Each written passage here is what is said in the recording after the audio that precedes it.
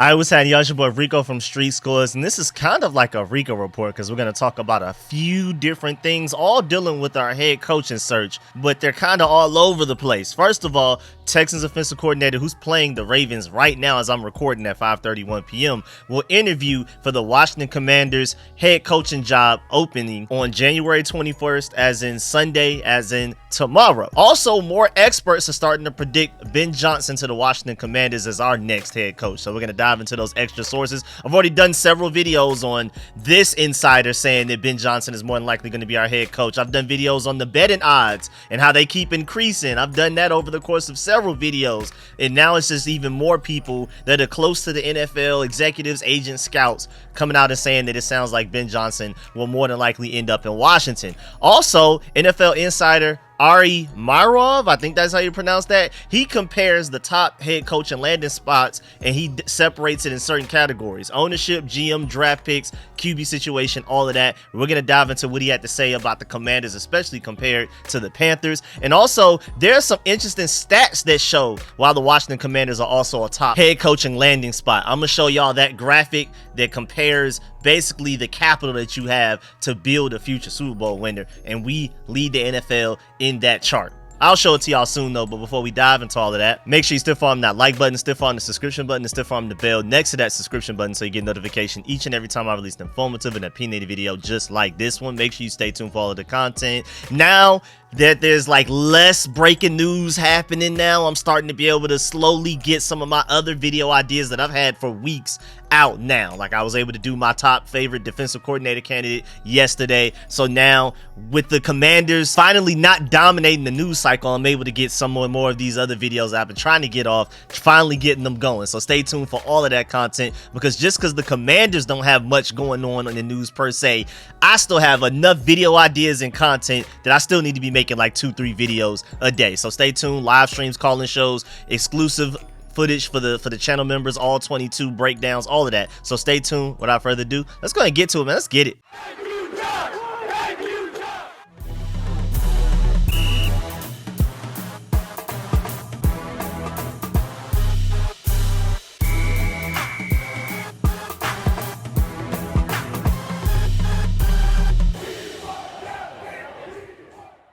All right, so Albert Breer came out and let everybody know as of 9 a.m. this morning that the Texans offensive coordinator Bobby Slowik plans to interview for the Falcons, Commanders, and Seahawks head coaching jobs tomorrow, as in January 21st, Sunday, with Houston set to play the Baltimore Ravens this afternoon. They're already playing right now. Slowik has also already met with the Titans and Panthers. So let's look at the list: Titans, Panthers, Falcons, Commanders, Seahawks. If I had to pick out of that 5 who is probably the most likely that Bobby Slowik wants to coach for, probably us. I'm not gonna lie, man. Again, we're gonna take a look at why in the second half of this video, but I just wanted to announce that. And I'm not gonna do a whole Bobby Slowik breakdown once again. I've already done it in like 2 to 3 videos. I just wanted to put that information out there to let y'all know that. I mean, the only other insight I can add to that is that with them playing the Ravens right now, it is Bobby Slowik versus defensive coordinator Mike Macdonald. 2 of my personal favorite top 3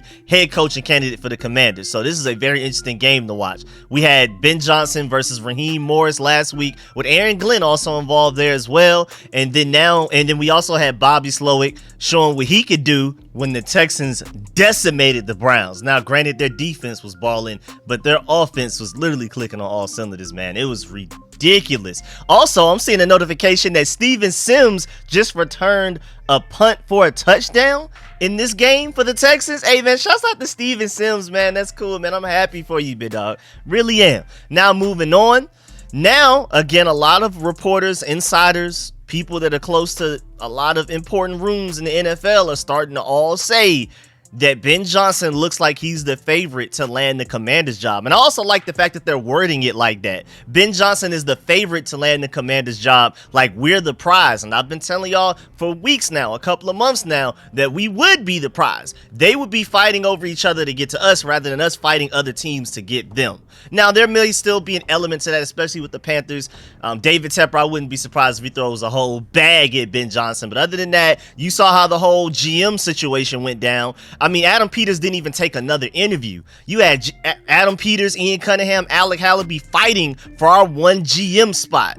Like, that's crazy. I mean, I would say, who knew that these top GMs would be fighting to come be our GM with all of the turmoil and disappointment we've had for the past 30 years, my entire lifetime, more than my entire lifetime. But I did tell y'all, I gave y'all the heads up that this situation was great, and I'm just assuming that if it was like that for the GM and then we landed the top GM, I'm assuming the same thing will probably apply to the head coaching situation, but we'll dive into that later. So you have Jonathan Jones. He tweeted out, reported, Lions defensive coordinator Ben Johnson has already had interviews with the Panthers and Commanders. Today, as in Saturday, January 20th, he has virtual interviews with the Seahawks, Chargers, and Falcons.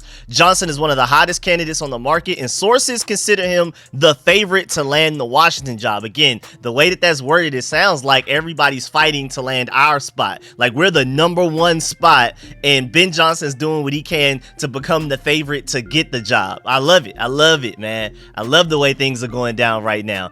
Also, you have Will McFadden and Steve Witch on the Falcons podcast, it looks like, and they're talking about head coaches and where everybody may land and openings and things like that.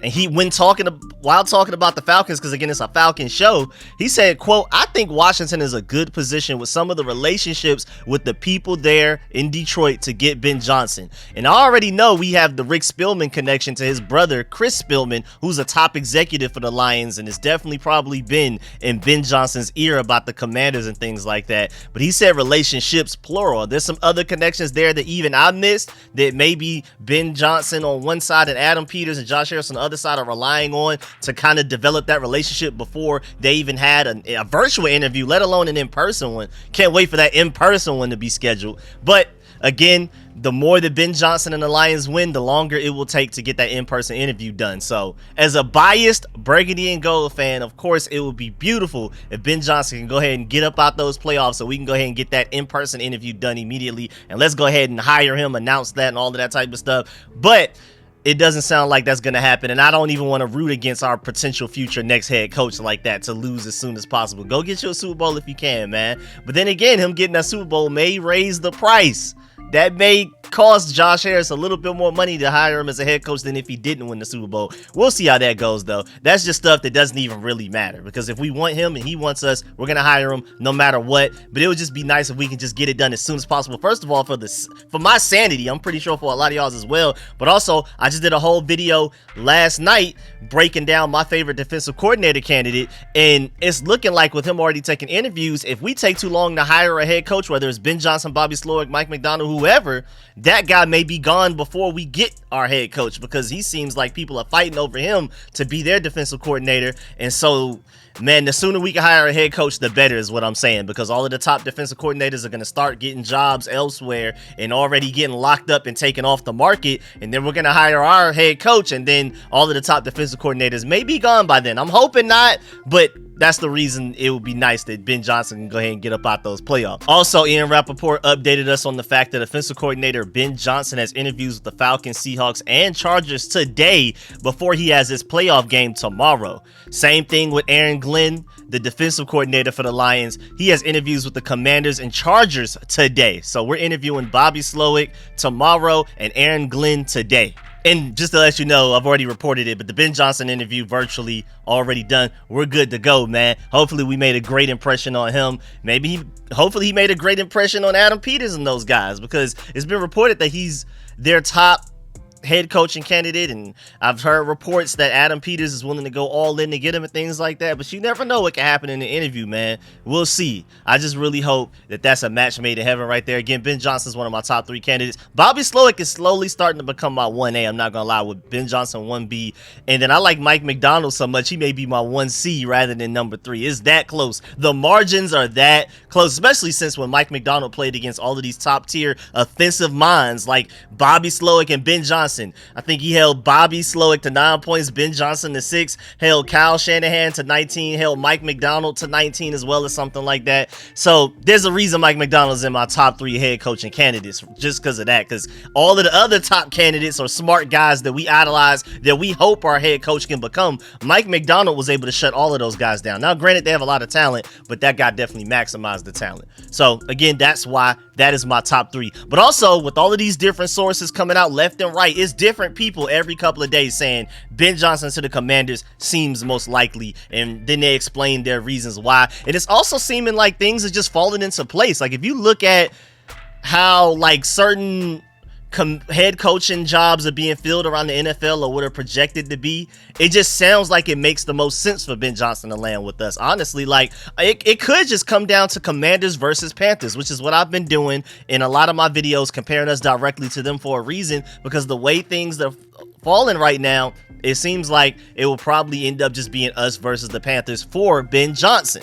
So again, like I've already said, unless David Tepper offers a ridiculous amount of money, I think we have every advantage. I think that matchup isn't even fair, comparing Commanders, GM Adam Peters, Josh Harris, the owner, versus David Tepper, no GM even in place yet for the Panthers, and more cap space, more draft cap. The Panthers don't even have a first round pick. We have the number 2 overall pick, man. I just don't even think it's fair unless David Tepper is willing to throw big money on Adam. Because look at it. I mean, the Raiders already hired Antonio Pierce.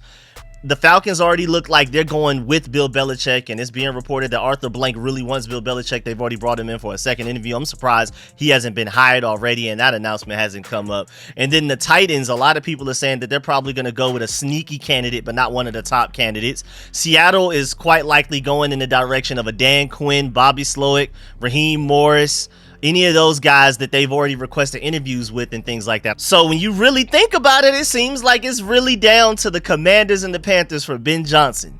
I mean, if Ben Johnson wanted one of those other teams' jobs, he could probably get it. But like I reported earlier, when he was doing his press conference with the Lions like last week, not the most recent one where he said everything he's heard about Adam Peters has been fantastic and things like that. I showed you the clip and broke all of that down. But the previous video where he had a Lions press conference, he basically said that Aaron Glenn, on the other hand, as a defensive coordinator, said, I'm taking every interview that's requested of me. Ben Johnson said, nah, I'm good. He probably already has his sights on a couple of teams. Maybe 1, maybe 2, maybe 3, who knows? And I'm pretty sure the Panthers and the Commanders are in that list. Well, I'm more sure that the Commanders are in it than the Panthers, because he already turned down the Panthers last year. What's so different about it this year? Last year, they didn't have a first-round pick. Well, they technically did, but they were going to spend it on Bryce Young. It's kind of like when you're the head coach, you don't have a first-round pick because Bryce Young is being forced upon you. And then this year, they don't have a first-round pick, period, and you're being forced a quarterback situation on you. As soon as Ben Johnson takes that job, if he takes the Panthers job, your job is to get Bryce Young looking good out here, and that's it. You don't get to pick your quarterback. You come to the Commanders, you and Adam Peters collab on who the quarterback selection will be, number 2 overall, if you even want to take a quarterback. Who knows? But you have that option, you have that freedom, you have that power, which you will not have for the Panthers, straight up. But also, NFL insider Ari Marov, I think that's how you pronounce that, compares top head coach and landing spots by ownership, GM, draft picks, and QB situation. He brings up everybody. He brings up every single team out there. The Seattle Seahawks, the Carolina Panthers, of course, the Washington Commanders, of course, the Falcons, the Raiders, but they're done now. This article came out a minute ago, so the Raiders are out of the running anyway. The Chargers, the Titans. He brings up all of those teams and literally lists, okay, ownership. This is what's going on now. General manager, this is what's going on now. Draft picks, this is what's going on now. And quarterback situation. For us, he said, ownership-wise, this week Harris hired San Francisco assistant general manager Adam Peters as the franchise's general manager. Peters was a highly coveted candidate for several years and was an essential voice for the 49ers, contributing to the construction of one of the top NFL rosters, arguably the best roster in the NFL. And again, this same guy that Ari Marov just described like that didn't even consider any other interviews. He was like, I want that Commander's job. I'm going to get that Commander's job. He completely beelined and focused on us. I love it. That tells you everything you need to know about what the Commanders are building. The fact that a guy that's literally that elite at what he does in talent evaluation, being a GM and things like that, was just completely laser focused on being the Commanders GM. Didn't even consider the other ones. He turned down opportunities last year, and then this year, once he got that Commanders interview and once that opening was there, he didn't even answer or reply, didn't even call back the other ones. He has developed a reputation as one of the league's top evaluators. Draft picks. Washington has 9 picks in the 2024 NFL draft, including the number 2 overall it acquired, and the Commanders acquired an additional 2nd and 3rd round pick during the season by trading Chase Young and Montez Sweat, both of whom were on expiring contracts, which basically leads to how that ended up happening. And then the quarterback situation. Second-year quarterback Sam Howell started all 17 games this past season, throwing for 3,946 yards, 21 touchdowns, 21 interceptions. With Washington owning the number 2 overall pick and with a quarterback-rich 2024 NFL draft, the Commanders can draft a franchise quarterback while keeping Howell as an early competition and the eventual backup. So you heard how we broke down the Commanders. Sounded very positive. You can do this. You can do that. You have this capital to do this if you want to. You got these elite minds, these guys that are elite at what they're doing in the building, all of that type of stuff. Now let's go to the Panthers and hear how their breakdown is, because it's the complete opposite. Night and day. Ownership. David Tepper inherited Ron Rivera and fired him. Tepper then hired Matt Rule and fired him. Next, he hired Frank Wright, and you guessed it, fired him after 11 games. The billionaire hedge fund manager has not made the right coaching hire since buying the Carolina Panthers in 2018. So that may make them more desperate, though. This is also a widespread belief Tepper is overly involved in the football operation, which could be a significant problem for top candidates. General manager. Tepper fired general manager. Let's just fire every section. General manager. They even fired their draft pick technically by trading it away to the Bears. They don't have a first round. They fired their head coaches. They fired the general manager, and they fired their draft picks. And they may eventually fire their quarterback too. But keeping it pushing with general manager, Tepper fired general manager Scott Fitterer. After 3 years, the extent of Fitterer's control as general manager was always uncertain. However, given Tepper's hands-on approach and having head coach Matt Rule for 2 years, who had control over Fitterer. This will be the first time under Tepper that the general manager and head coaching positions are vacant simultaneously. So maybe that goes into their favor a little bit, but not in our situation, because right now they don't even have a general manager. So Ben Johnson, who's your general manager? You want to take that job not even knowing who your general manager is? And the way that Dave Tepper is known to meddle in his on the field, off the field antics, telling coaches what plays to call during games, telling coaches how to develop Bryce Young. And it's his footwork. And it was not his footwork and things like that. Pouring beer on the fans when his team was losing the last game of the season. Like, come on, dog. Like, what general manager even wants to go to a situation like that? So Ben Johnson, who's your future general manager if you accept that Carolina Panthers job? You don't even know yet.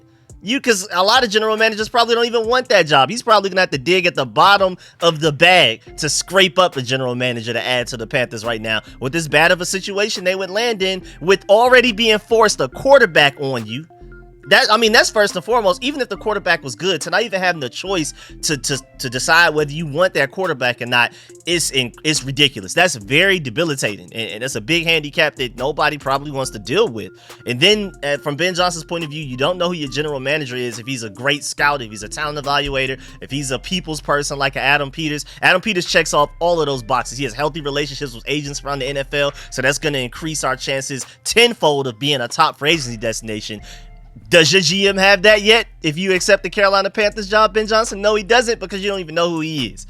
Now, draft picks. Fitterer's most significant move as a general manager was trading DJ Moore, a top receiver, the number 9 overall pick, the number 56 overall pick, and a 2024 first round pick and a 2025 second round pick to the Chicago Bears for the number 1 overall pick, just to take Alabama Bryce Young. And as a Georgia Bulldog fan, I love seeing this whole Alabama quarterback situation with Mac Jones, Jalen Hurts, Bryce Young, and Tua Tagovailoa. I'm loving it. But the Panthers used this pick to select Alabama quarterback Bryce Young, and the 2024 first round pick Carolina traded last year will be the number 1 overall pick in this upcoming draft, so you folded that away as well. The Panthers have 6 total picks in the 2024 draft compared to our 9, and their first pick is the 33rd. Come on, dog.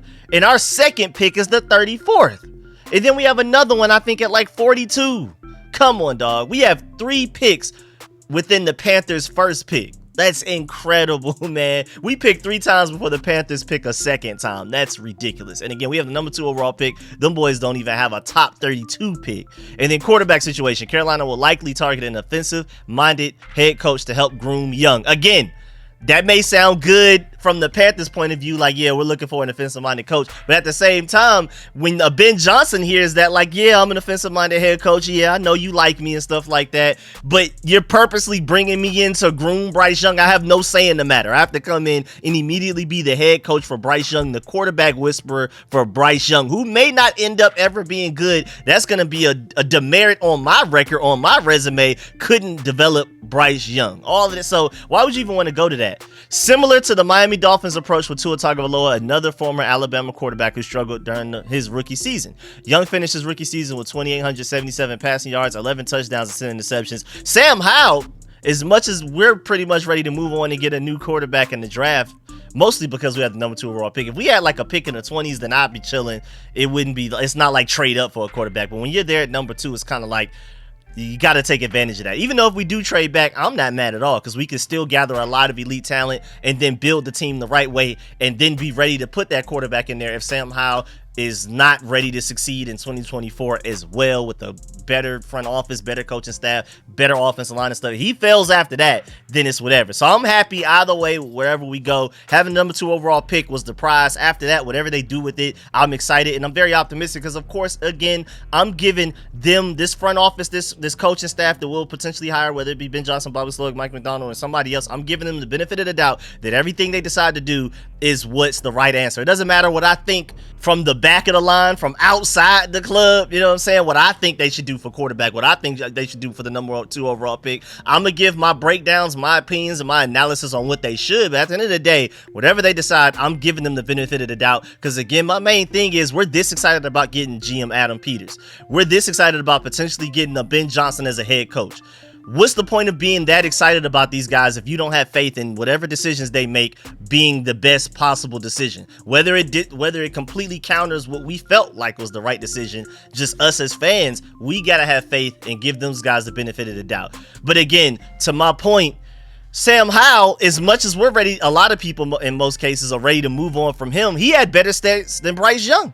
So I just don't see how you could look at Bryce Young and be like, yeah, I want to be the head coach for that organization with no GM and arguably the worst owner in the NFL now that Dan Snyder's gone. And it seems like he just started acting up and getting even worse since Dan Snyder left. He was like, I'm going to take that crown. I'm going to be the worst owner. Like, I'm going to make sure I do this on purpose type of thing. Now, moving on, shouts out to Graham Paulson, because I don't know where he got this chart, but as you can see on the screen right now, this is a chart breaking down the NFL offseason resources composite table. Draft capital weighted 1.5 effectiveness, effective cap space, pro-ratable money weighted 0.25% and of the cap space. So basically, this is a chart breaking down who has the best resources to have a true impact. Like, if you're a head coach or you're a GM, which team has the most resources for you to come in and instantly flip things upside down, and who has the most capital for you to acquire more talent to form an elite team as soon as possible, which is the ultimate goal. If you're rebuilding, you don't want to rebuild forever. You're trying to turn this thing around immediately. Now, granted, everybody can't be the Houston Texans going from number 2 overall pick, taking a quarterback, and then winning your division. It would be lovely if we can follow that exact blueprint. Number 2 overall, take quarterback, win a division. It would be lovely. But either way, the Commanders are first, and then you have another top head coach and landing spot. Well, technically the Patriots are no more. They already got Gerard Mayo, they're fourth. Raiders already have Antonio Pierce, they're seventh. This came out like 10 days ago, so that's why those were emphasized in this chart. But the Titans are 8th, the Falcons are 10th, the Chargers are 18th, and the Panthers aren't even on the screen. Come on, dog. And again, most importantly, we're number 1. Cap percentile, we're 96.77%. Draft percentile, we're 96.77%. And pro rate percentile, we're 12.9%. So not like the best, but when you look at the final composite score, we have a 100 final composite score. So when it comes to being able to take a team, rebuild that team, and get going, this is the best spot for a GM and a head coach. It just straight with the draft capital, free agency capital, all of that type of stuff. You could come in here and go crazy, basically, is what they're saying. But yeah, man, that's the end of this video. Please get in the comment section. Let me know if about everything discussed in this video. Please stiff arm that like button, stiff arm the subscription button, and stiff arm the bell next to that subscription button so you get notification each and every time I release an informative and opinionated video just like this one. Make sure you stay tuned for all of the content. Of course, let me know how you feel about everything discussed in this video. Bobby Slowik interviewing for the job tomorrow. Ben Johnson, more people coming out and saying that he's the top candidate potential for the head coach for the Washington Commanders. Like, it just seems like it's basically destined to happen at this point. You have people from different media sources, different sites, different organizations all saying the same thing unanimously at this point. And also, how do you feel about us being the top head coach and landing spot for a Ben Johnson, who's arguably the top head coaching candidate? And the chart I showed y'all with the top draft capital and the basically the best ability to make a change for the organization as soon as possible, all of that type of stuff. So let me know how you feel about all of that. I'm gonna catch y'all later. Stay tuned for all of this content, more live streams, all of that. I'm out.